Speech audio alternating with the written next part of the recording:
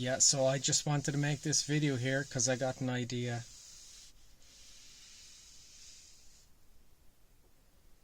Symbology from the garden. Something I've noticed a lot lately is ants' nests. Ants' nests. And I was thinking, there's always something that stands out in the garden, something different every day or every week or every season. There's always something probably that you can read a message from, or maybe that you're finding messages in. But I was thinking ants' nests, and there's the story. It's like a parable, it's a symbol, or it's like the message of the ants. The message of the ants, and the thing about the ants, it's the middle of summer right now, and there's a lot of ants nests around. I was just cut into them in the grass. I was like mowing grass, and you're cutting into their nests. They're actually making little heaps of soil, so that's how much of them are there. And you cut in, and you see all the eggs and all the fucking ants just running around the place.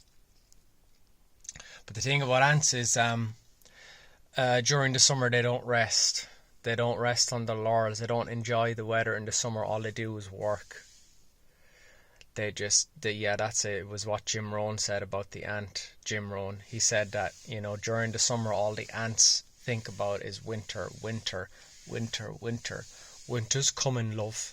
And I think that's a good message, not to be like depressed, but to be like prepared, and not to waste the summer.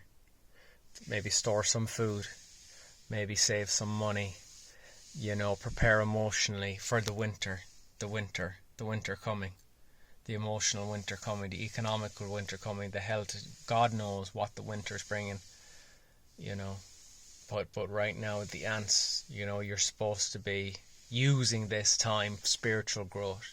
Use the light, use the good weather, get your health good, and that's what the ants are doing. They're making use of the resources. They're not building their house on the sand, because when the waves come, their house will be washed away. They're building their houses on the rock. It's a metaphor. There's a shitload of ants around right now, so that's what I'm, and you don't mess with ants. They can swim and be underwater. They can carry their own body weight, loads of weight they can carry. They're kick-ass, and there's definitely some message there. Study the ants, be like the ants. Obviously you don't want to work all the time, that's something I've been doing probably the last 10 years. Too much work, and then you're fucked.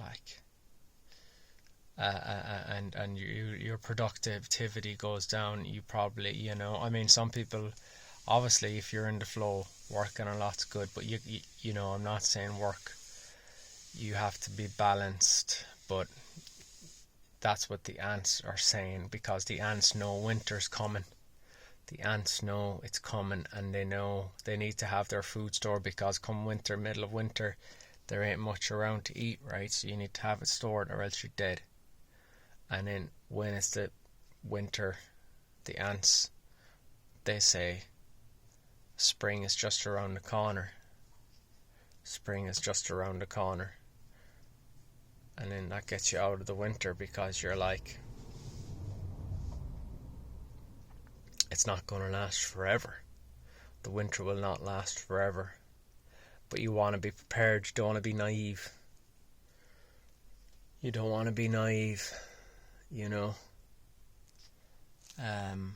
Hopefully the winter won't be too bad. But there's always long winters. There's always short winters. Every winter's different. And sometimes winter doesn't mean literally the season of winter. You can have a day of winter, spring, summers, and autumn. You can have a week with winter and summer. It's a metaphor, but it's also not a metaphor. It's both. So that's the message I'm getting right now, is do whatever you fucking can, because you'll be glad. I'm getting a new chainsaw this week, or next week, so I can start cutting up some blocks to burn in my stove. just so I have a bit of fuel there. I've started buying tinned fish, canned fish, shit like that. Fucking pasta or whatever. Beans. Bought some beans. I'm going to start saving some money every week now, a little bit. If there's something you're going to need in the next year or two and you can afford it, buy it right now. Buy it now before inflation comes.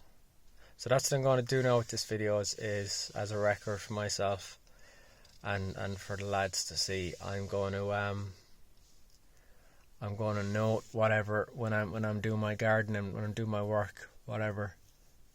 If it's a plant, an animal, an insect, whatever, I'm going to record whatever I notice, and then that's pretty useful because I'm outside hearing this shit all the time, and that's pretty valuable, I think, to have somebody who's out in it all the time, because you do come across some weird shit, man.